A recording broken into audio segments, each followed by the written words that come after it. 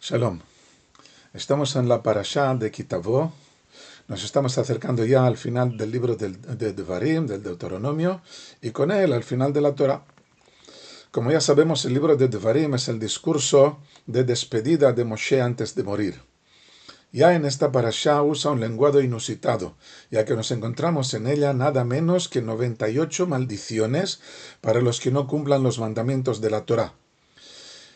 Y nos debemos preguntar a qué vienen todas estas maldiciones. No es el tipo de lenguaje acostumbrado en la Torá, que normalmente es positivo. No es el mensaje que estamos acostumbrados desde Abraham, que usa el poder de la razón para explicar las cosas a la gente. Es verdad que en la Torá también hay castigos incluso muy duros, pero cuando examinamos detenidamente las condiciones para que tales castigos puedan llevarse a cabo, comprendemos que pocas veces podía suceder una cosa así. Los testigos deben ser íntegros, deben amonestar al transgresor antes de cometer el delito, y debemos estar seguros de que el transgresor ha comprendido la gravedad de su acción antes de poder aplicarle el castigo. Por lo tanto, la lista de castigos no representa para nosotros más que un referente para que podamos comprender la gravedad de una acción en relación a otras, para crear una escala de valores de la Torá. Incluso en la parashá de Bejucotai, en el libro del Levítico, donde vimos también una lista de maldiciones, estas aparecen poco a poco, con intervalos marcados por un si continuáis portándoos mal os ocurrirá tal cosa, pero dando una salida, una solución al proceso de la decadencia. Sin embargo, aquí al final de la Torá, el maestro Moshe desata una larga lista de maldiciones que nos sorprende por su gravedad. Y la pregunta que hicimos, ¿a qué vienen todas estas maldiciones?, sigue resonando en nuestros corazones. Cuentan de un rabino jasídico de la dinastía de Chabad que en su juventud, cuando salió de la ciudad por primera vez, oyó la lectura de esta parashá de boca de otra persona y se alarmó enormemente de las maldiciones que leemos en ella.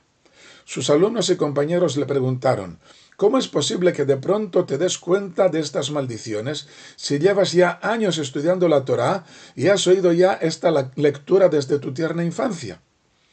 Les contestó el rabino que hasta entonces la había oído de boca de su padre, y cuando él la leía no le sonaban como maldiciones. Añadamos otra anécdota, que no está directamente relacionada con la parashá. En el tratado de Brajot, ya casi al final, aprendemos el significado de algunos sueños. Cuenta el Talmud que había dos rabinos, Abayá y Rava, que tenían sueños muy malos, que les consternaban tanto que a la mañana siguiente se sentían en la necesidad de comprender su significado. Y por eso acudían a una persona que les descifraba el significado del sueño. Uno de ellos, Rava, era muy pobre y no podía pagar nada al que interpretaba los sueños, mientras que su compañero Abayé no tenía este problema. El hombre que se los descifraba no era judío, y al que no le pagaba, le interpretaba el sueño al pie de la letra, cosas terribles que se iban cumpliendo. El rabino que le pagaba soñaba exactamente los mismos sueños, pero el intérprete encontraba explicaciones favorables para todos ellos y los convertía en mensajes positivos. Por ejemplo, el versículo de nuestra parashá, Deuteronomio 28, versículo 31, dice: tu buey será degollado ante tus ojos y no comerás de él. Al pobre Rava le interpretó que los negocios le irían muy mal y el disgusto le quitaría el apetito, mientras que a su compañero Abayé le dijo que los negocios le irían tan bien que de la gran satisfacción que tendría no tendría apetito. No nos aporta esta anécdota mucho más larga en el original del Talmud la respuesta a todas nuestras preguntas sobre las maldiciones de la Torá, pero nos abre una ventana para comenzar a entender que precisamente dentro de estas terribles maldiciones se esconden las bendiciones más extraordinarias que no pueden ser expresadas de un modo normal y deben ser escondidas dentro de un envoltorio que despierte nuestra curiosidad. Como la anécdota que aparece en el Tratado Talmúdico de Moed Katan, página 9b, en que Rabbi Shimon Bar Yochai envió a su hijo, el Azar, a ser bendecido por dos rabinos, Rabbi Yehuda ben Gerim y Rabbi Yonatán ben Asmai. Regresó el pobre el Azar y protestó ante su padre: no solo no me han bendecido, sino que me han entristecido. Le preguntó su padre, ¿qué te han dicho? Y él le dijo, me dijeron, ojalá siembres y no siegues, etc. Es más largo. Le explicó su padre, se referían a que tengas hijos y que no mueran en vida tuya. Así pues, todas estas maldiciones que aparecen en nuestra parashá son palabras de doble filo. Efectivamente, cuando una persona no se comporta como debiera, está estropeando su propia vida y está causando unas maldiciones que le perseguirán. Pero precisamente dentro de estas maldiciones hay un manantial de bendiciones que te ayudan a superarte y a reparar lo que has estropeado. Y no solo te permiten regresar al punto de partida, sino que te proyectan a unos niveles muchísimo más altos de lo que podrías llegar sin haber tropezado. No estoy diciendo que debamos transgredir maliciosamente los mandamientos de la Torá para poder elevarnos más. Nuestra obligación es, por supuesto, comportarnos lo mejor posible, esforzarnos con toda nuestra capacidad humana y más aún, para cumplir con nuestro deber. Pero es inevitable que cometamos errores, que nos dejemos llevar por nuestros instintos en momentos de decaída, y entonces es cuando aparece este potencial de reparación que nos permite convertir la derrota en una enorme victoria. No hemos mencionado que al comienzo de la parashá hay dos cortos párrafos que hablan de dos mandamientos muy especiales. El primero es el de la traída de las primicias al templo y el segundo la confesión de los diezmos. Uno de los acontecimientos más importantes en la vida del agricultor es el momento en que se ve el resultado de su trabajo agotador, cuando hunde sus manos en el alto montón de grano y deja que se escurra entre sus dedos, o cuando ve que sus árboles comienzan a dar fruto después de un invierno frío y lluvioso en que han quedado prácticamente secos y muertos. En tiempos del templo debía llegar al huerto y descubrir los primeros frutos que iban apareciendo sobre el árbol y señalarlos para poder recogerlos en el momento en que madurasen. Estos frutos debían ser ofrecidos al Creador, que es quien le permite disfrutar del fruto de su duro trabajo. Al traer las primicias al templo, declaraba ante el sacerdote su agradecimiento en nombre de todo Israel por haber salido de Egipto y haber llegado a la tierra prometida para disfrutar de sus dulces frutos.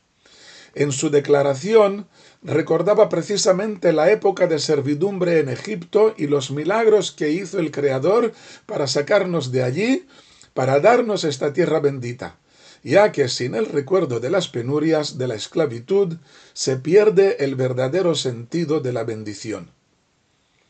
Lo mismo en cuanto a los diezmos que deben entregarse cada año de los productos del campo a los pobres, huérfanos y viudas, y también a los levitas. El Talmud se pregunta, ¿quién es el mayor dador? ¿Aquel que separa una parte del fruto de su trabajo y lo entrega al necesitado, o el necesitado que le da al rico la oportunidad de expresar su bondad, su misericordia con los necesitados? No entremos ahora en la cuestión de cómo y por qué llegaron a ser pobres, por qué motivo permite el Creador que exista la pobreza y la desgracia y qué debe hacerse para sacarlos del estado de pobreza. En el punto dado en que hay pobres o necesitados, debemos saber desarrollar un sentimiento de responsabilidad, de empatía y de destino común con aquellos a quien la suerte no les sonríe, separando parte de la bendición recibida por nuestro trabajo responsable y dándoles a los necesitados un sustento que les permita subsistir e incluso rehabilitarse. Al cabo de 3 años el agricultor debía confesar haber entregado los diezmos adecuadamente. El párrafo de este mandamiento acaba con una bendición especial que expresa el deseo del agricultor que el Creador nos contemple desde su morada celestial y bendiga al pueblo de Israel y a la buena tierra que emana leche y miel.